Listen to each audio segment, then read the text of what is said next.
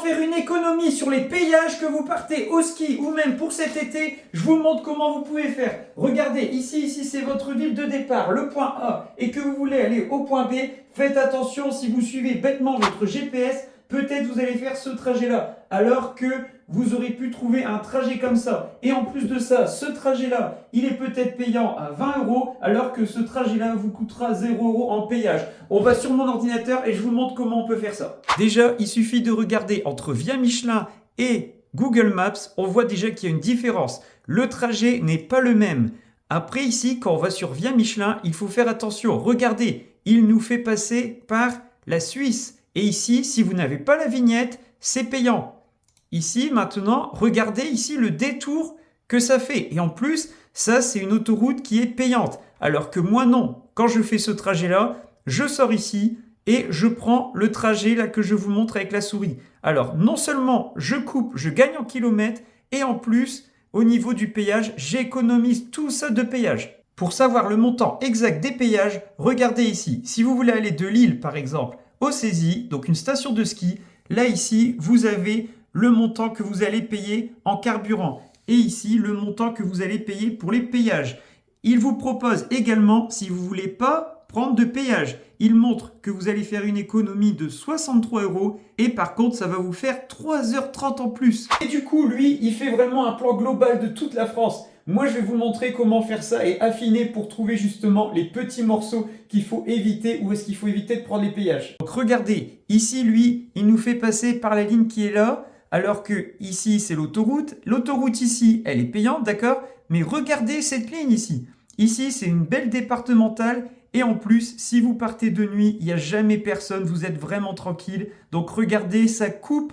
Voilà, vous gagnez en kilomètres. Et ici, vous allez économiser tout ça de péage. Alors par contre, il y a des autres moments où c'est pas avantageux. Il suffit de regarder un petit peu comme ici, la route et voilà la départementale avec l'autoroute, c'est le même. Mais après, des moments, on va dire peut-être ce trajet-là et l'autoroute, c'est pas avantageux. C'est peut-être mieux prendre l'autoroute. Il y a des moments, les nationales, elles font un gros détour. Elles passent par des grosses villes. Donc là, il faut faire attention. C'est pour ça qu'il faut y aller étape par étape. Donc, vous allez mettre ici en point de départ, par exemple, et ici en point d'arrivée. Vous allez regarder le temps que ça vous donne. Regardez, là, je vous donne un exemple. J'ai mis ici, pour l'exemple de tout à l'heure où je vous avais montré la belle départementale, ici, on met en départ la ville de Troyes et en arrivée ici, on met la ville de Dijon. Alors ici, nous voyons que l'autoroute fait quand même un gros détour, alors que ici, ça permet de couper.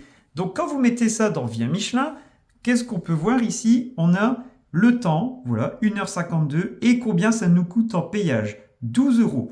Et ici, on voit quoi? Que ça nous fait juste perdre 30 minutes. Donc, pour 30 minutes, vous allez gagner 12 €. Ce qui nous donne ce résultat, donc 16 € pour 30 minutes. Dans les 16 €, on avait les 12 € de payage et ensuite, le reste, c'est le carburant. Ici, 4 € d'économie de carburant. Ça, on l'a vu tout à l'heure sur l'ordinateur. Dans Via Michelin, c'était écrit qu'on allait faire une économie de carburant puisqu'il y a moins de kilomètres. Ce qui nous donne 32 € de l'heure, puisque ici, 16 € pour 30 minutes, on double. Voilà, pour 60 minutes, on est à 32 € de l'heure.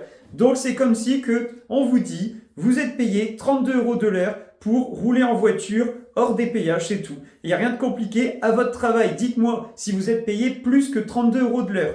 Et voilà, c'est aussi simple que ça. Surtout, si vous partez toujours plus ou moins dans les mêmes destinations, dans le sud de la France ou au ski, vous faites ça une ou deux fois, après vous savez les villes, vous faites votre fichier, voilà, et tous les ans, vous imprimez le même itinéraire, sauf si vous changez un peu de ville, et ben, il y a juste à rechanger dans l'itinéraire de fin, et puis c'est tout, il n'y a rien de compliqué.